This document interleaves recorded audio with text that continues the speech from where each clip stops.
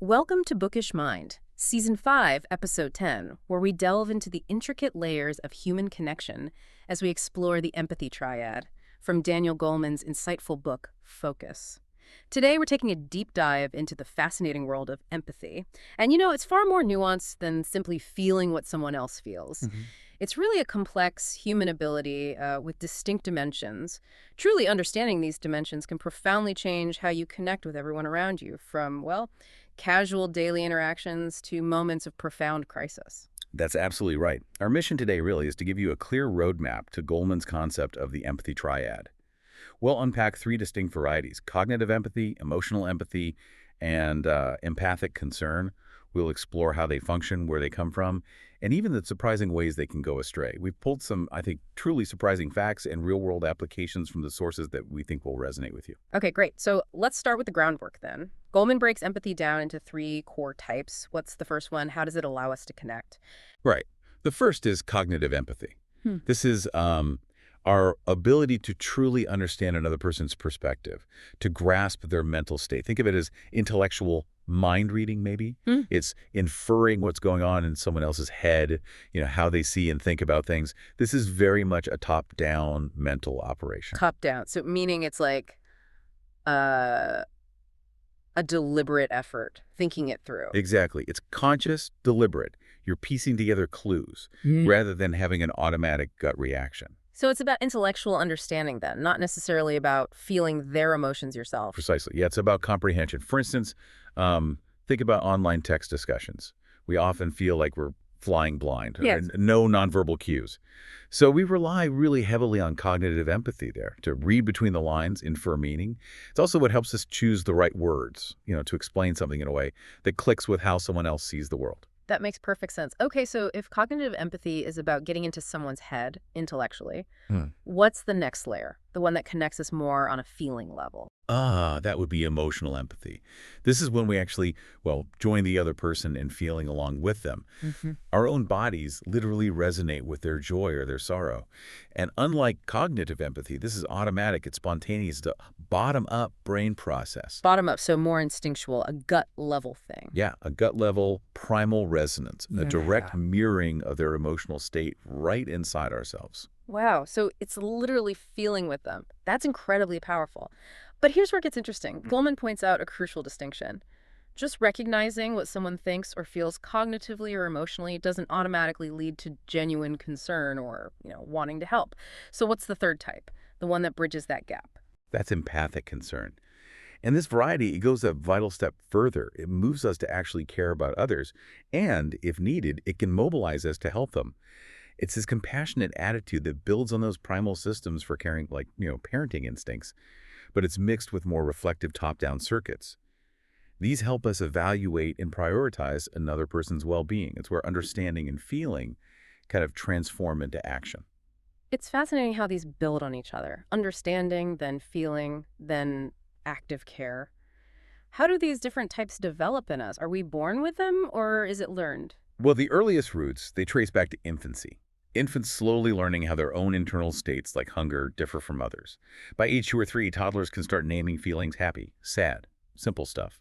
Then, maybe a year later, kids begin to grasp how another child's perception influences their reactions, even if it's different from their own. And by adolescence, accurately reading feelings gets much stronger, which, paves the way for smoother social interactions. And this ties into what Goleman calls theory of mind, right? That understanding that others have their own separate thoughts and feelings. Absolutely. Yeah, the theory of mind, that dawning realization that others have their own distinct inner worlds, their own feelings, desires, motives, that first blooms between ages 2 and 5. And it keeps developing right through the teen years. Without it, true empathy can't really blossom because you just assume everyone thinks and feels exactly like you do. And that inquisitive nature kids have, just wanting to learn why people do things, that directly feeds cognitive empathy. It amplifies our understanding. And Tania Singer's research also highlights something important. You really need to understand your own feelings first as a foundation before you can truly grasp others. Like calibrating your own emotional compass first. Exactly. Before you can read someone else's map. Okay, so these forms of empathy are clearly crucial, but Goleman also talks about empathy run amok. That sounds ominous. What does that actually mean? Yeah, it refers to a darker side. particularly when someone uses cognitive empathy, that understanding of others' minds, not for connection, but to uh, spot weakness and exploit it. Mm. This is typical of sociopaths. They can be expert manipulators because they understand how others think, how they'll react, Mm. but they fundamentally lack emotional empathy or genuine concern. They can read you like a book, but they just don't care about the story. Wow. Like that example in the book, the inmate who charmingly described his horrific crime, and Yeah. the psychology student almost laughed along. That's genuinely chilling. It is chilling. Sociopaths, as described way back in Cleckley's The Mask of Sanity, they can mimic normal emotion, appear intelligent, even charismatic. But they lack that capacity for emotional empathy, for real sympathy. Their brains actually process facial expressions differently.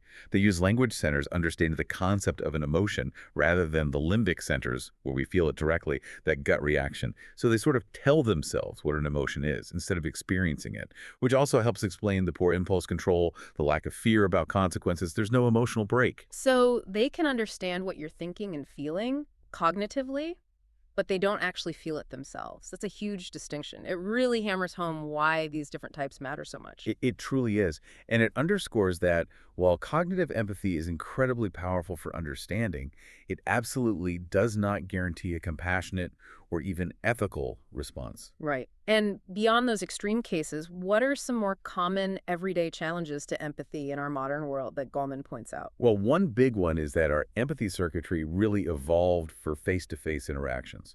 So working together online, especially just text like emails or chats, that poses real challenges. We lose that, what Goleman calls the continuous cascade of nonverbal messages. The tone of voice, the expressions, body language. Exactly. All those subtle cues that help us sense agreement or discomfort without words. Online, we often rely solely on the words themselves, and our cognitive empathy tries to fill in the gaps. It's just a much thinner signal. Yeah, you can definitely feel that sometimes. And the text also points out that simple distraction can be a huge barrier, too. Absolutely. A frenetic stream of distractions, endless notifications, trying to multitask constantly, it can severely erode our capacity for empathy and compassion. The more scattered our attention is, the less we can truly exhibit attunement and caring. We literally can't tune into someone else's emotional channel if our own is just overloaded with noise. That makes perfect sense. Okay, let's dive deeper into emotional empathy specifically. Goleman gives this really powerful example of a doctor's visit where the nurse was focused entirely on the computer screen, not the patient. What was the impact of that lack of eye contact? Well, that simple lack of eye contact, it made the whole encounter feel anonymous. It drained the emotional connection right out of it. The patient actually described feeling like a cyborg, just a data point being processed. And studies back this up consistently. If a doctor looks you in the eye, maybe nods, offers a gentle touch, asks about your comfort, patient ratings shoot up.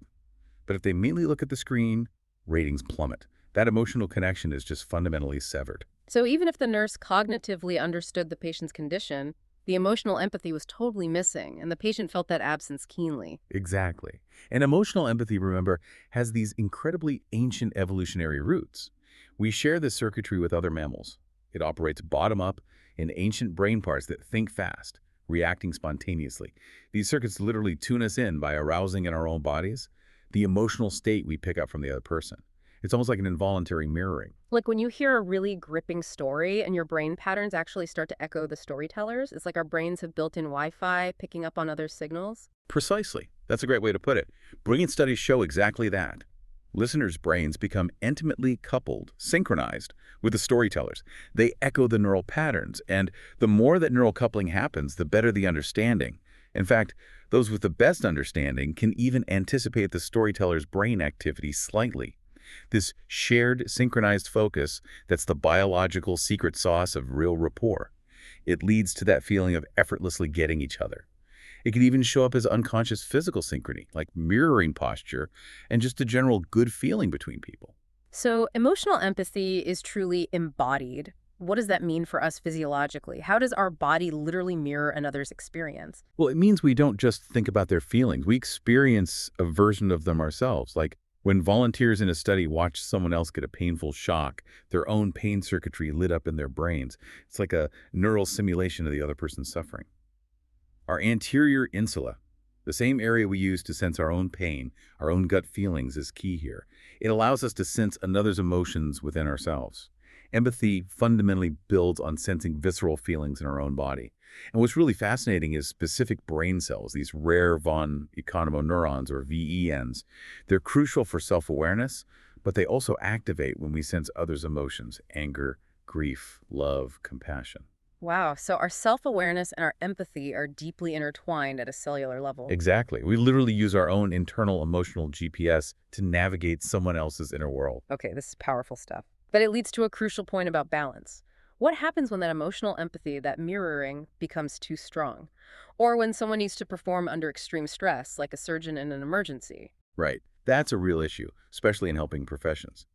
Too strong, or maybe unrestrained sympathetic feelings can absolutely lead to emotional exhaustion, to compassion fatigue. I mean, imagine feeling the full force of every patient's pain as if it were your own. You'd be debilitated pretty quickly. But the flip side is, if you protect yourself by completely deadening all feeling, you can lose touch with empathy entirely, and that's also a problem. So, how do people like doctors manage? How do they maintain that cool focus and provide excellent care when patients are in agony and the emotions are just overwhelming? Turns out physicians' brains often develop a unique ability. They can sort of block those automatic emotional responses to another's pain. There's a specific neural circuit involving a brain region called the temporal parietal junction, the TPJ, working with parts of the prefrontal cortex. This circuit boosts concentration by essentially tuning out those overwhelming emotions. It acts almost like an attentional anesthetic. Allowing them to maintain that cool rationality amidst the chaos. Precisely. It's a necessary adaptation for their job. That sounds like the detached concern that William Osler, the father of medical residency training, recommended way back when. An incredibly valuable adaptation for high-stakes work. It really is. Dr. Mark Hyman's experience in Haiti after the earthquake, treating horrific injuries amidst just unimaginable chaos, that perfectly illustrates it. He described feeling this profound sense of equanimity, calm, even peace that enabled him to function effectively despite the trauma all around him. This TPJ response, it seems to be a circuit that gets acquired, or at least strengthened, during medical training. It's a way to avoid being paralyzed by the constant suffering they witness. There must be a downside, right, to this learned damping down of emotional connection. Sounds like it could be a bit of a double-edged sword. It absolutely can be, yeah. While it's crucial for those critical moments, the challenge is that this learned suppression can sometimes bleed over, leading to blocking empathy entirely in everyday practice. And that's when you hear patients complaining that their doctors aren't truly listening, that they feel unheard, uncared for. This lack of emotional rapport, even if the medical treatment itself is technically perfect, leads to lower patient satisfaction ratings, less compliance with medical advice, and perhaps, surprisingly, even more malpractice lawsuits, despite no actual increase in medical errors. That connection, that feeling of being cared for, really matters. So the crucial balance then, for any professional really, or maybe for all of us, is to maintain that cool, focused attention when needed, but also stay open to the other person's feelings and, crucially, let them know you understand and care. Exactly. Finding that sweet spot, that's the goal. Okay, so given that empathy can decline, especially in demanding fields like medicine, and we know it's so vital, how can it be nurtured? Can it be rebuilt? Can we actually train ourselves to be more empathic? That's the hopeful part. And Dr. Helen Reese's work at Massachusetts General Hospital is incredibly insightful here. She designed an educational program specifically to enhance empathy for medical residents and interns.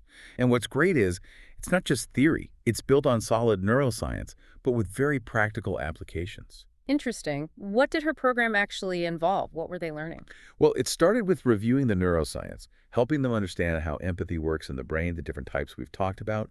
But then, crucially, they'd watch videos of actual doctor-patient interactions, and they'd see physiological data alongside it: heart rate, skin conductance. And the striking finding was, when the doctors really tuned in with empathy, you could see both the doctor and the patient become more relaxed, more biologically in sync. Wow. So empathy isn't just a feeling, it has a measurable physical impact on both people. Precisely. It showed them the real-time effect. Then they learned self-monitoring techniques, things like taking a deep breath before entering a room, or this mindful awareness practice of watching the interaction from the ceiling. This helps them observe their own reactions and the dynamic without being completely swept away by it. If they noticed, say, irritation rising in themselves, that became a signal.